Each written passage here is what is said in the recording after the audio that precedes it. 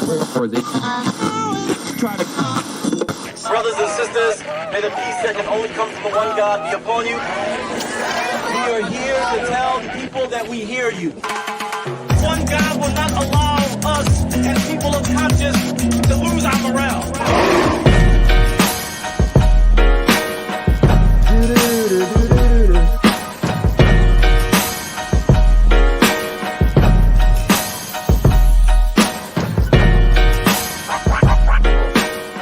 Powered by our patrons. Good afternoon and welcome to You Call That Radio TV afternoon edition. We've got the amazing poet, writer, playwright Tait going to join us in a little moment, and what you see behind me is where I believe where Chris is from, in the Shetlands, so we'll hear about that in a little minute. Shout outs to my guest last night, Lady Ned. If you've not seen that yet, check it out. Shout outs to Angie Strachan, who was amazing yesterday as well. You can watch them back on our YouTube channel if you missed those ones. And we also just put up today the Esperanza video from Building a Spring. Two Tone Ain't Dead. That's just been up on the channel today as well. So yeah, thank you to everyone who's been tuning in this week. And of course to all the patrons who support the show. Couldn't do it without you. And I think we can go live now to Chris. How are you doing, Chris? I'm fine, thank you. It's good to see you. And could you just tell us a little bit about this background picture I've got here? Yes, that is Tresta. The village that I'm from in the West Mainland on the Shetland is called Tresta, and there's also another Tresta on an island called Fettler. So it's not exactly my home village, but it's still very similar, and it's lovely and homely to see the nice background and other things that I get inspiration for, like nature and the land and sea and history. So it's very tranquil and peaceful. Very beautiful indeed. And it's yes. I think that never more. I mean, I think it's a little bit about getting older. As I've got older, I've enjoyed like nature more. But also being locked down in the city has just made me pine for views like this, and hopefully the travel ban being kind of brought back, it should be okay. Yes. To do that. Are you? When was the last time you were at the Shetlands? It would have been the Christmas before last. And it's a long time. Yes, it is. Inspired by land, sea, and rolling hills. Yes, very much so. Well, hopefully it's not too long until then. Hope so. My mic's too low, sorry. That's because I've been recording, so I always forget that. Also, Chris, do you want to try it without your headphones? Because there's a little bit of a rumble coming from your side of things. Just take the headphones out, just unplug it. Yeah, I think they were giving us a little bit of a rumble. Yeah, that's better. Sure. Yeah, we're all good now. So, poet, writer, playwright, how did you get into it? Well, I started writing when I was a bairn. Really, the only thing I was good at the school was English. So in my lit primaries, I started doing poetry and stories, and I got one or two poems published in magazines. And I got back into it again when I was a teenager, and I started taking it more seriously. I got more things published. And then when I was older, I went to college. I did a degree called performance writing. It's a kind of alternative creative writing degree. And then when I graduated, I worked with a drama teacher. And then when I was older, I trained to be a teaching assistant. And then I worked teaching English as a foreign language and being an activity leader at summer school. So words has always been my thing. It's amazing. And if you, I mean, what's the difference? What's it like trying to write a play? Because obviously for me, like writing a poem, it seems quite natural, quite easy to me. Even if it's not always good, but it seems quite, like, it seems to be quite easy to have a start and a middle and an end. How difficult was it to write like a play? Well, I've been going to classes and workshops about playwriting, and the good thing about Zoom is there have been a lot of workshops that's available, but even before then, I used to attend the classes, and they're giving me a lot of tips and strategies. So that helped me build a structure, and they gave me constructive criticism. So for that, I managed to get a monologue performed in motion theatre in connection with See Me Mental Health. And Karen Barr, she's an actor on Scott Squad. She acted in my monologue, and she did a lovely job. It was excellent. That was Diablo in Blunderland. And I'm currently drafting a play called Literary Skullduggery. And that's about the same character, and it's inspired by Under Milk Wood. And it's the same thing. There's a teacher that's given me tips and strategies, and that's helped me develop it.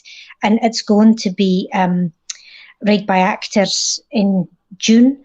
So the thing to do is, if you just get lessons for someone, or their websites on the internet about playwriting that can give you help. And when you're in these groups, you get constructive criticism, and that's really helpful. That's really helped me develop my style.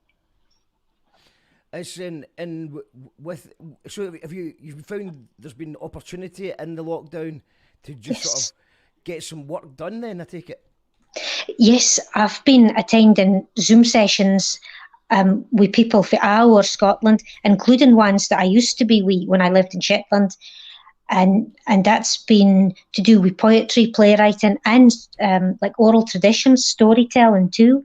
So there have been many things that I've been able to participate in and do readings with and make connections, and I've found it like a platform. It's been really useful. I've gained a lot of opportunities for it. And with regards, have you got an idea of I mean, obviously because we don't know when things will return to any kind of normal, but in an ideal world, when would you like to release this piece of work?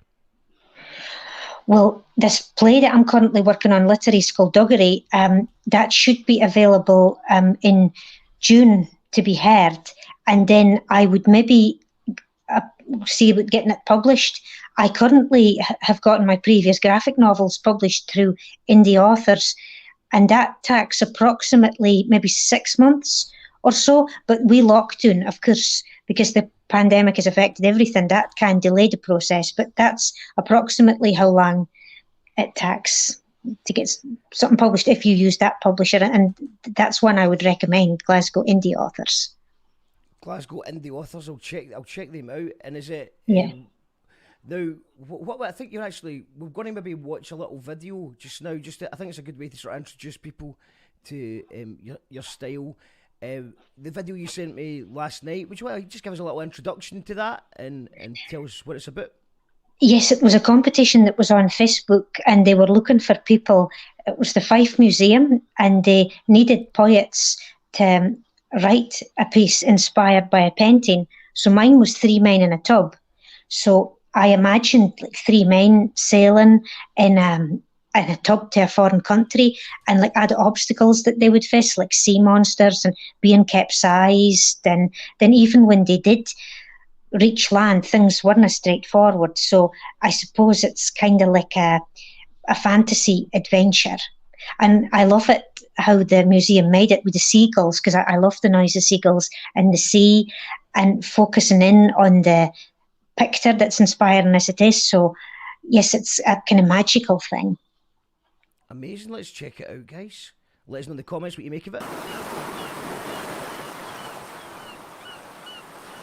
Sea shanty socked laments. The butcher and the baker were immigrants, joined by a candlestick maker,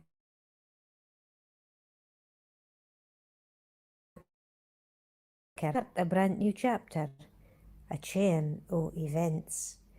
The sea was polished silver, and the tide flow was a squint, steered by a giant's finger, skull and bones hung so gaunt. They crossed o'er the borders, where critters would growl and grunt, and came into danger, the bath was capsized by runts.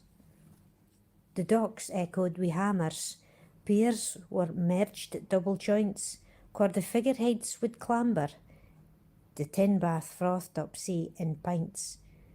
Seals played tag wi' lobsters, crabs hopscotched the boat's haunts. That was the Sea King's charter, maps in very ancient font. They leapfrogged the sailors, ships were dipped in sky for pent, floating puppet passengers, sea shanty socked laments. The tryst they left was blisters, they used the tin bath for a tent, and spread families as clusters, sharing groceries for rent.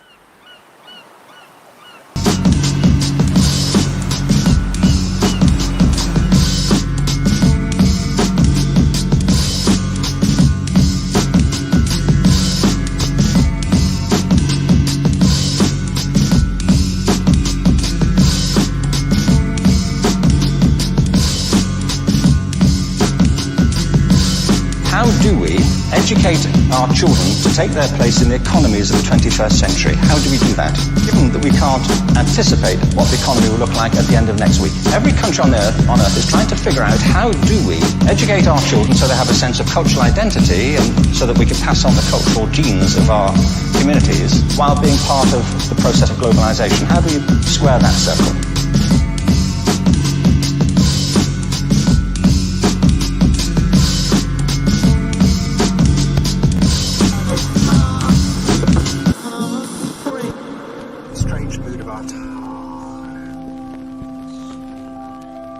You call that radio?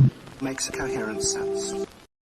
As you call that radio, we're live with Chris Tait just now. If you're watching this on Facebook, Twitter or Twitch, now's the time to get the bus to YouTube. I put the link in the comments because we're just going live to YouTube for the rest of it. Because it sounds and looks a bit better over there. The chat's better over there. By Facebook, by Twitch and by Twitter as well. So we're just now on YouTube now. We just watched a great poem there.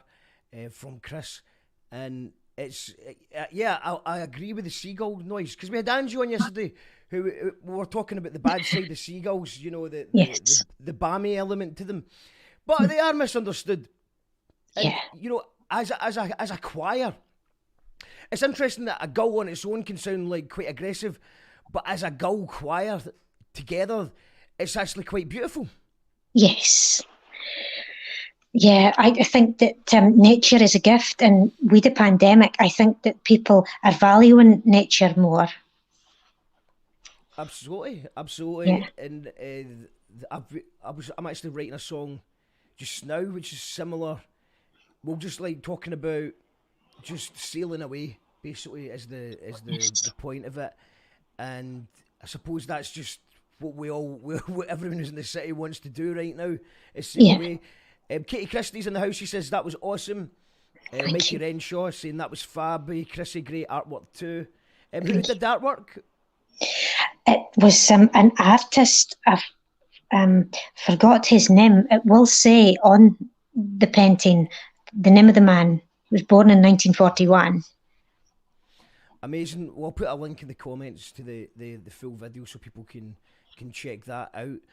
We've also got a comment from, Chris Katie's also saying, thank you for sharing your methods and experience for writing too. Really useful and inspiring. West Side said, hi, it's Kai, Chris, it's Andrew from Fundamental. Hi. And we've got Johnny Sloan in the house saying hello from Mars. And hi. Yes, hello Johnny Sloan. Good to see you. He's been away for a while. So when did you move to Glasgow then? In 2008, I lived in Edinburgh for 3 years before that. I've enjoyed living in Glasgow because I've always found it to be a city full of opportunities. I'd agree with that as well, in the sense that I've never really wanted to leave Glasgow no matter where I've went. I've always wanted to, there's always been a force wanting me to come back to Glasgow. But this year has been the first time where I have been thinking about, like, it seems like during lockdown, everybody who lives in the countryside's won. You know what I mean? I think it would have been a lot easier not living in Glasgow. But it's when things open back up again, Glasgow is a land of opportunity in a way. There's a lot more stuff happening. I mean, Edinburgh's also got lots of opportunity as well, but not really in my line of work. There's a lot less going on in the live music scene. there is a poetry scene as well, but I don't think my work really fit in as well with Edinburgh. So you're saying, having lived in Edinburgh and Glasgow, that Glasgow is indeed better. Well, they're both really good cities. They're both got positives, and I'm still involved in the Edinburgh literary scene. I was participating in one of my Edinburgh groups this morning through Zoom.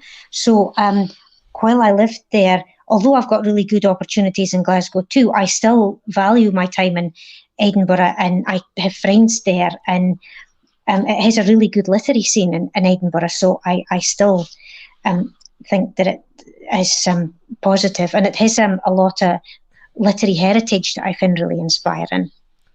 I'd imagine as well that Edinburgh's probably been a bit nicer in lockdown as well, because I know that from my friends that stay in Edinburgh, one of their big moans is you know, the fringe, the amount of tourism and how busy it can get sometimes, and that can be just a bit difficult if you're just trying to get to work and things like that, traffic and stuff. And I would imagine that, you know, less traffic in Edinburgh would be quite beautiful to just, if that was in walking distance, to just sort of wander around. Yeah. It's a very pretty city. Yes, it is. I loved the Fringe, and the festivals. They were great fun. Yeah, I think it's amazing that it has had that offer. Yeah, so that's one of the many positives that it offers. And I also find things like disruption and interruption. I find that an inspiration in my writing. I kind of like chaos.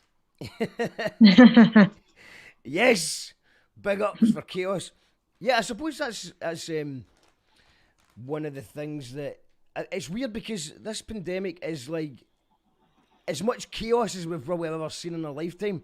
Yeah. But at the same time, because it's almost like it's almost not real, because we're not in. We're basically staying away from the chaos. Yes. So it feels like, on one hand, it's the most chaotic time of our lives, but on the other hand, it's almost probably the most boring time of my life anyway. Yeah. Yes, I've fun. I've tried to embrace the positive. So, because we have social distancing and we're on our own a lot, then I feel like we're gone back to square one, and it's kind of like medieval times. So people have been helping each other more, and maybe getting to kind of neighbours better. And I've enjoyed the solitude and it being self-contained, because it's given me a good environment to write and use my imagination. So I find it a positive thing. And as well, we add the Zoom opportunities, then I try to turn negatives into positives. Absolutely. And I mean, I think that's what I tried to do with this show as well, is to try and turn a bad situation into a positive situation. Yes. But I think also that I've maybe missed out a little bit by doing maybe too much, and I haven't given myself that space that I would have probably enjoyed as a writer, but I also had to somehow put food on the table, which when all events get cancelled, that put me in a very tricky situation. But I mean, I have managed to write an album. I'm recording one song a day just now, and it's been fun to get back into that, because then, you know, I love doing the podcast, but it's therapeutic to write and record, and then, you know, send it to Hamish, and I don't know if you know more Hamish, but he's doing a great job of mixing it and then hearing something back, and it just feels great to finally create something again. It seems like it's been a long time coming. So, and I have been kind of rushed. It has been rushed a little bit. Like I've just forced myself into getting it done for a deadline. But what I really liked was we talked about having that space for your imagination to grow. Yes. And I think that's just you know, that's a sad indicament of modern times, is the lack of space we get to have imagination. So yes. like, I wonder, you know, there's probably two sides to this coin for like young kids growing up, because they've got YouTube, so they can watch tutorials on anything they're interested in. You know, they don't. Yes. And back in the day, if you didn't get taught it at school, or you didn't have a friend or family member who was into something, then it would be really difficult to learn skills or find out more about you know, a niche subject that you were interested in. So in a lot of ways, it's really good, and there's lots of opportunities that way. But I do wonder, I mean, like, a lot of imagination came from those, you know, a long drive or a long train ride where you didn't have a phone and you just looked out the window, and your brain's kind of forced to make up interesting concepts to kind of keep your attention. Yes, you're right. That's one of the things that I felt about growing up. I had a very happy childhood in Shetland, and I enjoyed in using my imagination and playing on the beach and in ruins. And then when I was older and I wanted to learn stuff, I had to go to college on the mainland, and I always enjoy learning and reading and studying, and I appreciate knowledge, and I try to learn as much as possible, and especially in my own subject, because the more you read and learn about other writers, the better. Yeah. That's a very good point as well. I suppose if you're waiting on if you're basically in those days, it's the library. I mean, it was the libraries, the theatre of dreams, and there was not really anything else. And I've got to say, it was something. Reading is something that I've kind of struggled with over the years. I do enjoy reading, but I've been more kind of like, I would always read newspapers when I was working and stuff like that, and magazines and internet sites.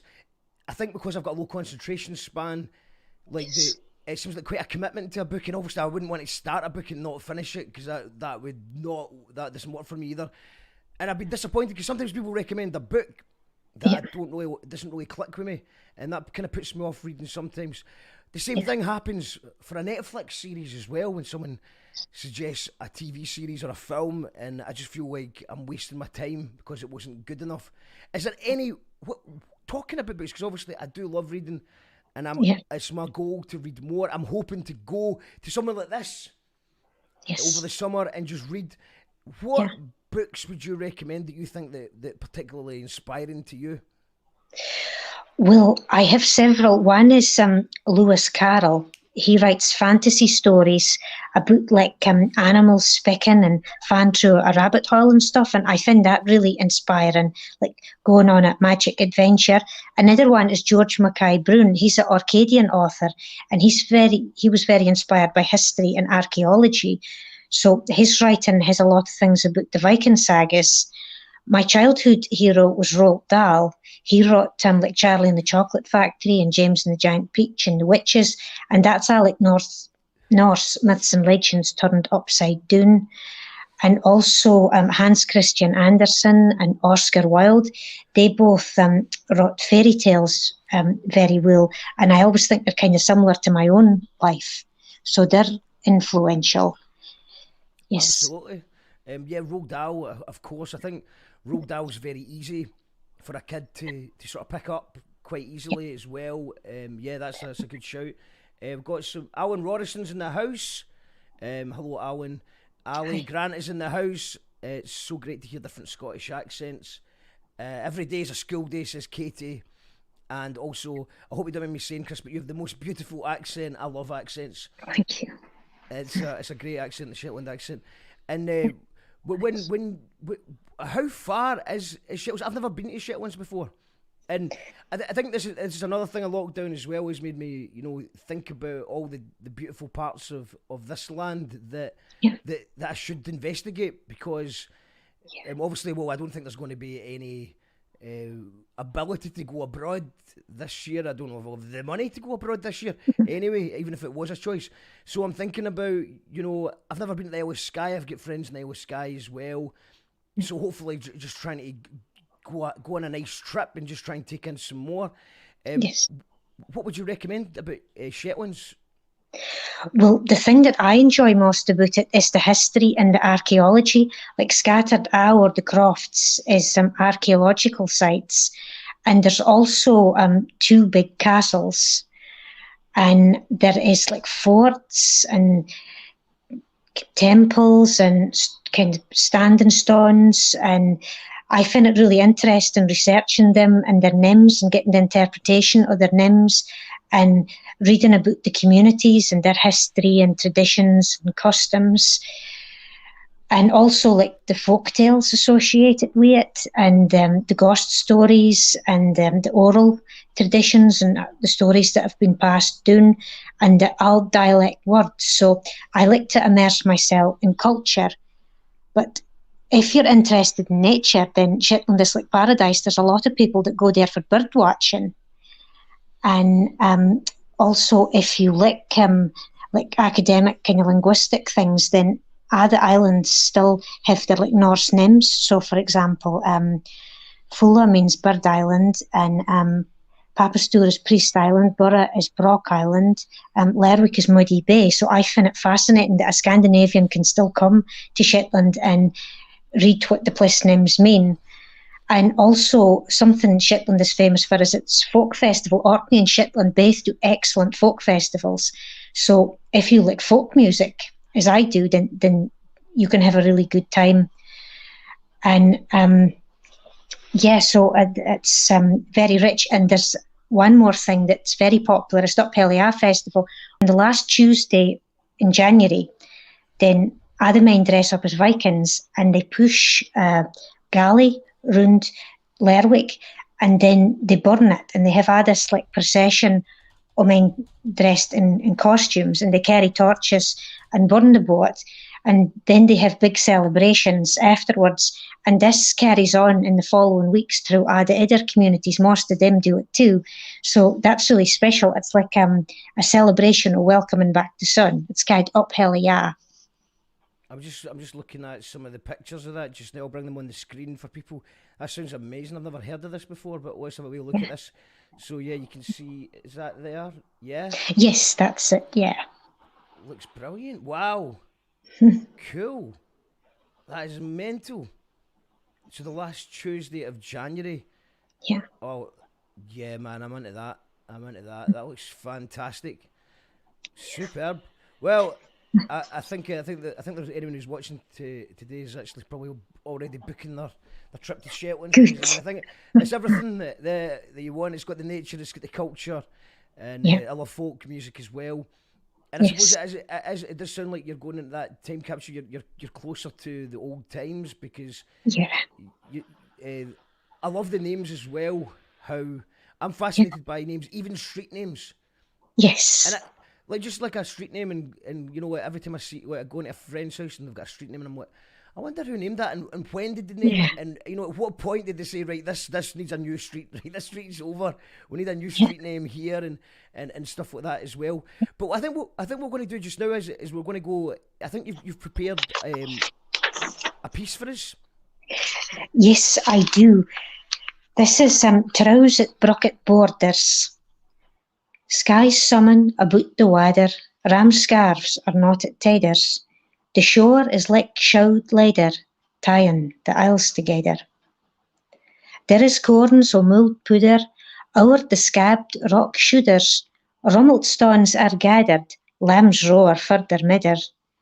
Prince sheep come to be feeders, brocks wreckit by rock ladders, lassoes spun by the speeders, coins roll through the header, for a dowry to a doubter. Signed peppers fae a ogre, across swattles o' water, sprinkle in wi' sleekit otters.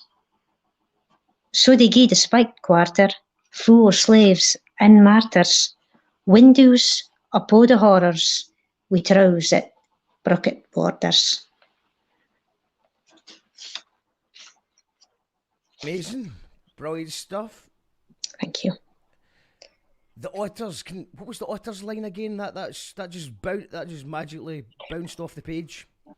Sprinkle in wi' sleekit otters. So it means like the otters are kind of like dancing around, and sleekit means sly. So it's kind of sly otters kind of jumping around. Sly otters jumping about. Alan is saying loving this. It's absolutely fantastic. Good. What's the best way for people to keep up to date with all your work? Are you? I know you're on Facebook, Twitter. I know you're on Twitter.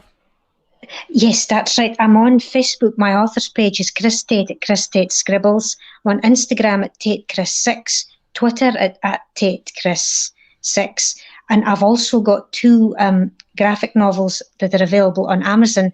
One is Diablo, The Fantastical Adventures of Unloved Chess Piece. And the other is Diablo and the Leprechaun Figurehead. That one is in verse. Let's talk about that. Yes, well, the first one is supposed to be my life story. I got nominated and was offered a publishing deal for Glasgow Indie Authors. And I have this chess piece and he's Cad Diablo, and he really wanted to go to art college, but he kept facing obstacles, and he got chessed round and round the board like Tam O'Shanter, and then he fast through the chessboard and he lands on a Monopoly board, and then he gets blamed for bankrupting it, so he gets sent to jail after Punch and Judy Court case, and then there's support workers that go on a pilgrimage to look for him, and then he camouflages himself on a stamp and he escapes, and then he joins other board game counters to do tabletop role-playing. And then the sequel, Diablo in the Leprechaun Figurehead, is supposed to be about him trying to preserve the dialect and culture. So archaeologist mice, they find his diary and they read it and they find it really complicated. And then there are these things about like support workers that keep trying to hinder him, and the North Sea is a jar of jam, and there's a gingerbread man captain and that he sails, and there's shipwrecks and a sweet tea tube station, and then it just kind of like goes through history. And so I suppose it's they're kind of like surreal, magical, kind of magic realism type stories. Amazing. I've put the link in the comments for anyone wanting to check it out. I absolutely love the sound of that. I think Thank I'm you. getting a copy of that, because that's just so much imagination involved in that. And yeah, I think that's exactly what I need right now, is just to get a little bit of. Hold on, is my phone going? Sorry, that was just my phone going. Yeah, amazing stuff. So that book is on. Is Amazon the best place to get it? That's right. It's on 80 websites, but Amazon tends to be the kind of main one that people use. So that's the one that I usually recommend. Brilliant stuff, Alan saying, loving this. Wow, Diablo sounds well rare. Blinding stuff there, Chris. And I think some more comments coming through just now.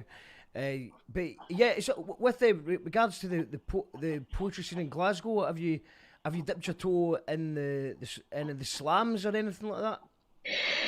I would like to do the slams sometimes, yes, because I've certainly got a lot of experience for the poetry reading that I have done. So yeah, and I've been to the slam competitions with friends and I've always enjoyed it. So I think that would be a really good way to develop as a performance poet. Even if you didn't win, you still make connections and you get really good feedback, and it's still a really valuable experience.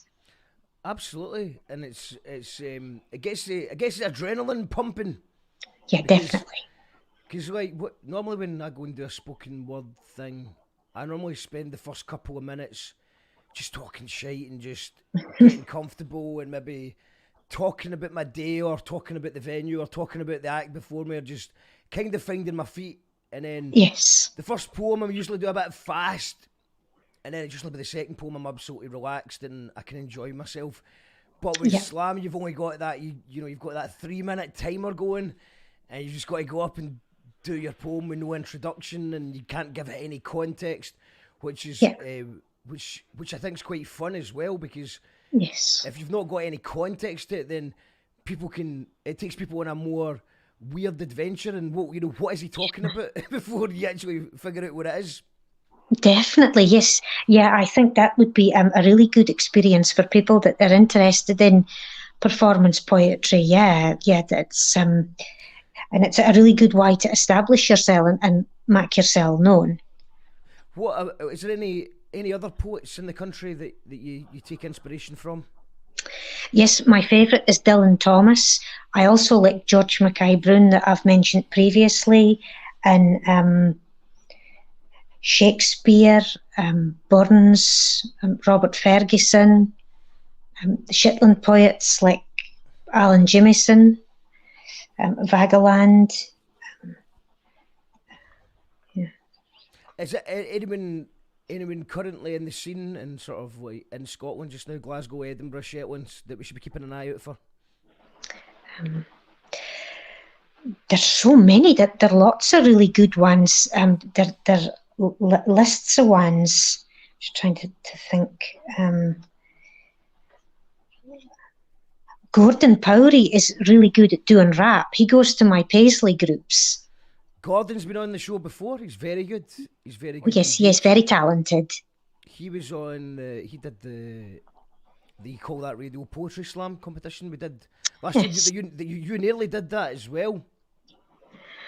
Oh, yes, I remember that. I was having problems with my iPad then. Yeah, Yes, that's that's right. Oh, Because that's how I first came across your work, and yeah, I think we're going to, I think we'll be doing. It's actually this time last year we were doing it, so I think we will maybe bring that back in May, because it was such a good fun, those shows, and yes. and then Jenny, who won it, Jenny Foles, who won it, she went on to win the Scottish Slam Poetry Championship, It's excellent. and she's now taking part in the World Championships, which is, I believe, going to be done on Zoom. It's a wee bit of a shame, because winning the Scottish Slam means you get to go to Paris to perform. So it's a bit annoying if she's going to have to do it via Zoom call, but it's still a fantastic achievement. And yeah, she's doing that, and then hopefully she gets to go to Paris anyway, because there's something poetic about going to Paris for poetry, isn't there? There is, yes. That's a city that has a lot of culture. It's very inspiring. Like, you've got the Moulin Rouge, and it's really nice going to a place and taking your culture and sharing it and learning the language and hearing the words and yeah, something really interesting about travelling, definitely. Lindsay Stewart saying, "Wow, amazing imagination." And yeah, I was reading a thing about the other day about there's some Americans go to Paris that get like a culture shock because it's not the way they imagine it, because it's, I don't know, like, it's a bit dirtier than they imagined. It's a bit, people are a bit ruder than they imagined, and it's just not, because they've only seen it on television or films and they build it up in a certain way. So yeah, it's quite interesting to hear about that. I was actually thinking about it. I was watching Sopranos the other day, and the other week, and they go to Paris at one point in it, and they absolutely love it. They didn't get the shock. Katie says travel is definitely where it's at. One day again. Yeah, absolutely. What about yourself, Chris? Have you managed to get to go travels outside of Scotland? Yes, with the Shetland Youth Theatre, I did interactive theatre in Germany, in Berlin. That was excellent. That was with Shetlanders in Folk Denmark and Ireland and Germany. And then through the Shetland Arts Trust again, I made a trip to Brussels. So that's the only countries that I've so far been abroad. But I'm always attracted to countries that have a lot of culture, and I love like hearing and learning about other cultures. So I'll maybe get to travel more in the future. Absolutely, and I love the different languages as well, and even if you don't know what's been said, like I personally quite like putting on a bit of hip hop from a different country, like French hip hop or Spanish hip hop. Yeah. And it's like I've not really got a clue what's getting said, but there's something quite good for me that sometimes when I listen to, I love hip hop, and when I listen to it, I overanalyze the lyrics, and sometimes it's, you know, it's not the most relaxing pastime to have, but by something quite freeing about listening to something that you don't understand in the front cortex of your brain or whatever, but subconsciously you can totally pick up on the pain, the hurt, the passion, the joy, the humour, and you can tell, you know, you can sort of make up your own little story based on the emotion behind the accents. Yes, that's really interesting. That's a good way of thinking about languages. I love it when I'm being an activity leader with foreign students, and I listen to languages and learning words, and they learn words from us, and it's amazing. Language and words, there's just something magical about it. And when you go to a foreign country, even if you just ken one or two words, then it's always helpful. And I do agree. I think that hip hop is a good way, rap or releasing tension. So I think that listening to it would be a really cathartic thing. Absolutely. And the interesting you mentioned about the link between Scandinavia and Shetlands there. Yeah. Because I went to Sweden just for a couple of days. Our friend had a house up there over there, so we just stayed for the weekend. So I didn't really see a lot of Sweden apart from, you know, went to one restaurant and Yeah. went to one beach. So I'm not an expert on Sweden. But what I found fascinating is we were having the Scottish contingent were having a conversation about whether it's Daddy Longlegs or Jenny Longlegs or Janny Longlegs, Janny Longlegs or Daddy Longlegs, and that was a conversation. And do you know what it is in Sweden? No. Papa Longbens. I see. Gee, that's lovely names. That is. I like how that names for insects. That's quirky. Yes, Shetland was originally owned by Norway, but just got pawned by Scotland. So that's why we've still got such a strong Scandinavian influence. And even like the folk stories are still like the same kind of counterparts as like Faroe and Norway and Sweden and Iceland. So yes, they've definitely got similarities. Absolutely, and Yeah. I think there's probably many Scots will have Scandinavian in their blood and stuff like that as well. Yes, they definitely do. It also feels like Scotland just seems to be a little bit more Scandinavian in general than England. Like, see, just from a sort of a little bit from the political point of view, a little bit it just seems like a little bit more Scandinavian sometimes. And I know that when the football fans get together from Scotland and Scandinavia, that they always seem to have a good time together. There seems to be a sort of instant connection going on there. Yes. Yeah, they do. There are lots of Scandinavian influences in Scotland because, for example, you've got like Vikingar and places like that, places where the Vikings settled and the surnames that are descended for the Vikings. So there certainly, Scandinavian influences in Scotland. Absolutely, and Yeah. now I've got. Chris, have you got another poem for us? Yes, I do. That would be great. I've got several if you'd like to hear more than one. Yeah, well, I think we could go. I think we go for two. Let's go for two back to back. Chris Two, Tait live. yes. Certainly. Okay, gills are dialect raps. A kettle boiled gale force poor sea o'er the dock, wi' bonspit fae a main course o'er blesses level rocks. Boats traverse the trails o' shoals up on layers o' maps. Isles are tins, cups and bowls, gills are dialect raps. Waves ladder stone to sop, nets are spun like webs. A coral kaleidoscope, strobes flood like the ebb.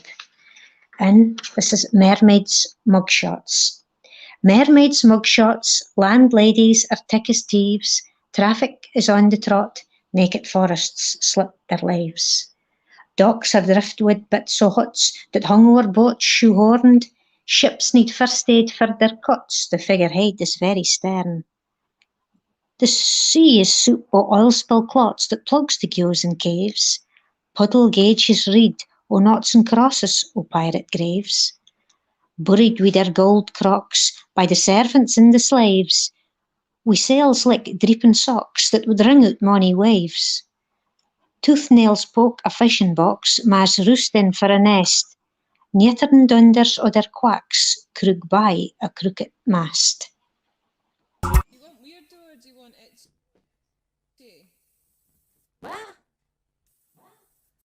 If you don't really know what's going on, there's a show that also doesn't know what's going on. Call that radio TV. You call that radio. Call that radio TV. You call that radio TV.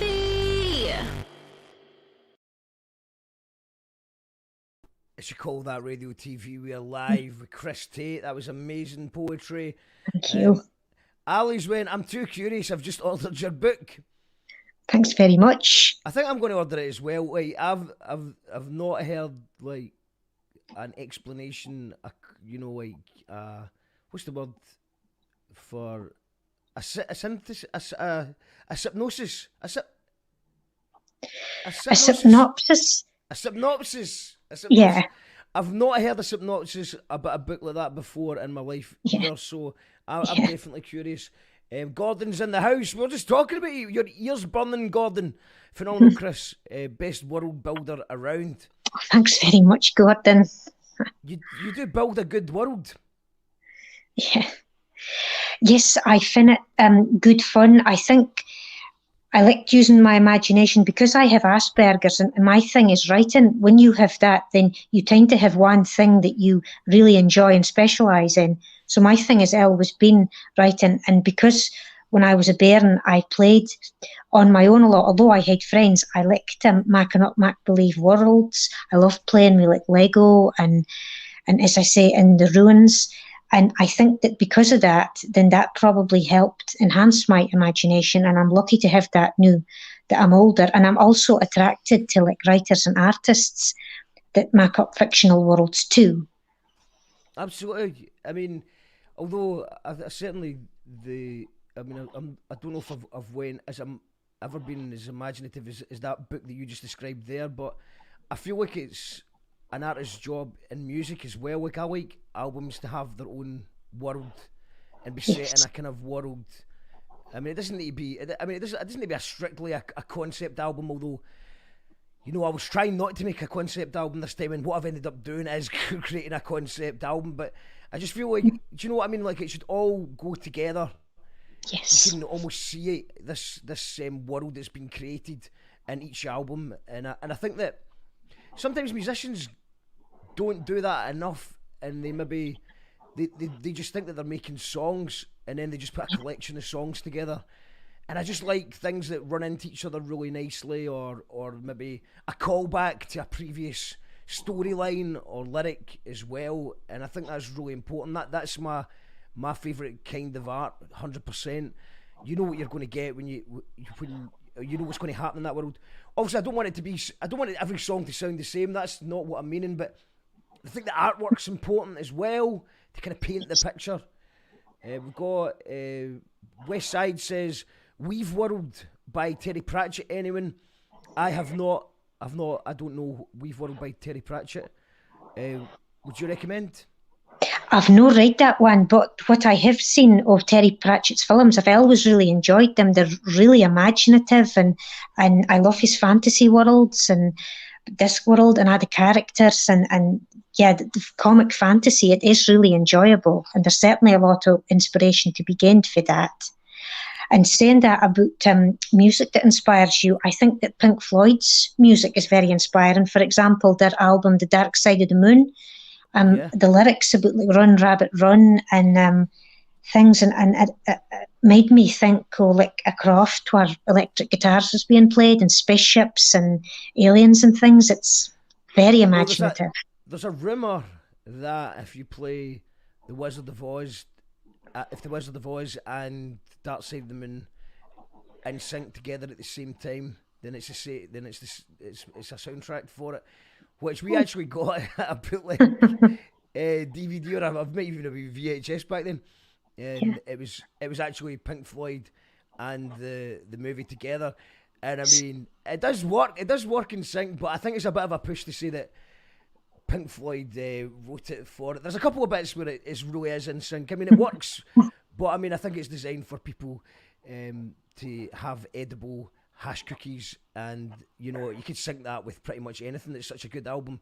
And but yeah, I think maybe that's where it's. I'm glad you mentioned Pink Floyd, because I think that's maybe where that comes from my own preferences, because I remember listening to The Wall when I was at school and Dark Side of the Moon, and obviously I was liking a wee smoke at that time as well. And I remember when I was 16, I did media studies, and we had to review a film, and I've reviewed The Wall movie after obviously been listening to it and watching it for 2 years, and it was I got a very high mark. It wasn't very often that I got a high mark, but I got a very high mark, excuse the pun. I got a high mark for that one because I was so absorbed into it, and all the double meanings and the little things that maybe people wouldn't really notice, but I was just obsessed with it for a while. Yes. And I suppose that's where it does come from. And yeah, Pink Floyd were great at that, just making a new album and a new world. And then talking about Terry Pratchett as well, what about the Tim Burton? Well, I love Tim Burton's work. Yes, Charlie and the Chocolate Factory and like Corpse Bride and ADAT films that he's done. I love it that they're so imaginative and they're kind of like puppets. The figures that he creates, and the kind of thing you could watch over and over again. If I was ever lucky enough, one of my ambitions is I would love to get my writing made into films, like animated ones, maybe wee puppets, and he would be one of my choices. He would be amazing to collaborate with. Well, I'll tell you what. I'm just gonna put a wee link in the comments so that if you watch this back, you can see it. This is who I'd recommend that we spoke to on the show, and maybe she's the kind of person that would be speak to. But this is Alba Enid Garcia Rivas, and she was on the show at the end of January, talking about her work. I'm trying to see if I can find a wee clip of her stuff. Probably better just watching it by yourself, but I put it in the link in the comments. But she makes stuff with puppets, and it's incredible the work she does. She's working with Henson Productions and stuff like that, and it's so like, it's just really good to hear her insight into the amount of work that goes behind it. It's a stop animation, so it's a very slow process. Probably it'd be too slow for me. I do not believe I would have the patience for it, but I absolutely love watching. I admire the patience behind it and the creativity that goes with making that kind of stuff. Definitely, yes, stop animation, that's exactly the kind of thing I would love to get into, and it would take a lot of work and a lot of patience. One of the things is that I find that when I am able to concentrate and get into the zone to write, then I'm able to come up with stuff that I'm happy with, and if you are patient and put the time in to kind of knead the dough, then you can come up with good stuff. It's a slow process, but it's worth it. Knead the dough. That's a good double meaning as well, isn't it? Knead the dough. I need the dough, and to knead the dough. That's great. I never heard that before, as well. Yeah. That's cracking. So I put the Amazon. You've already sold one book that we know of today so far, but this is the Amazon link to get the book by Chris. I'm going to be getting a copy of that myself. It sounds amazing. And what have you got coming up that people should keep an eye out for? Well, this play, Literary Skullduggery, I would like to get that published. Hopefully again with Glasgow indie authors. That's the one about, it's kind of the sequel, the third story, and it's supposed to be about chess piece, and he is learning language for a teacher that's leading him astray by teaching him this funny language, and then everyone in the village starts using this language, and it makes the village turn into ruins. So it's kind of like Undermilk Wood turned on its head, and then by everyone in the village using the language, it's like snippets, so rhyme and slang and nursery rhymes and get mixed up. Then what happens is the village retains that. It's like superstitions and customs and traditions. So it's a kind of alternative happy ending. That's the play. That's my kind of like main thing for the future. Literary skullduggery. I love the word skullduggery as well. It's a belter. Thank you. I'm looking forward to hearing that and seeing that, and thank you very much for joining us today. Thanks everyone for tuning in as well. We're going to be back later on tonight at 7 o'clock. We've got some underground Glasgow rock royalty. They've been doing it since 1983. They have played BBC radio sessions for the likes of John Peel. They've had the same producer as Nirvana. A very interesting band. They've got lots of stories spanning nearly 4 decades. Wow. The Primevals will be on the show tonight at 7. And tomorrow we have Ferocious Dog, English working class Celtic folk punk band. We went on before them at Down the Rabble 2019, and they were absolutely amazing. I'm glad that we went on before them and we didn't have to go on after them because they were incredible. So looking forward to chatting them at 7. And then straight after that, we're going to have You Call That Politics Education, where Jim Monaghan's got a whole host of special guests to talk about, basically about politics and the election, but absolutely no party politics. Instead, we're just going to imagine, we did one about drugs last week, and it was really, really good. No partisan party politics or nastiness, just talking about what are the problems and how can we make things better. So that's tomorrow at 8 o'clock. So thank you to everyone who's tuned in. I'll see you tonight or tomorrow. And thank you, Chris, one more time. Well, thank you very much. And I'll hopefully see you in the real world very soon at a poetry slam. And feel free to join us in our interactive poetry slam if we do bring that back, which I would imagine will be a few weeks away. You're welcome to join. Okay, thanks again. Thank you. All the best. See you later. Bye. Same to you. Bye. You call that radio? You call that radio TV? No. You call that radio TV? This is You Call That Radio.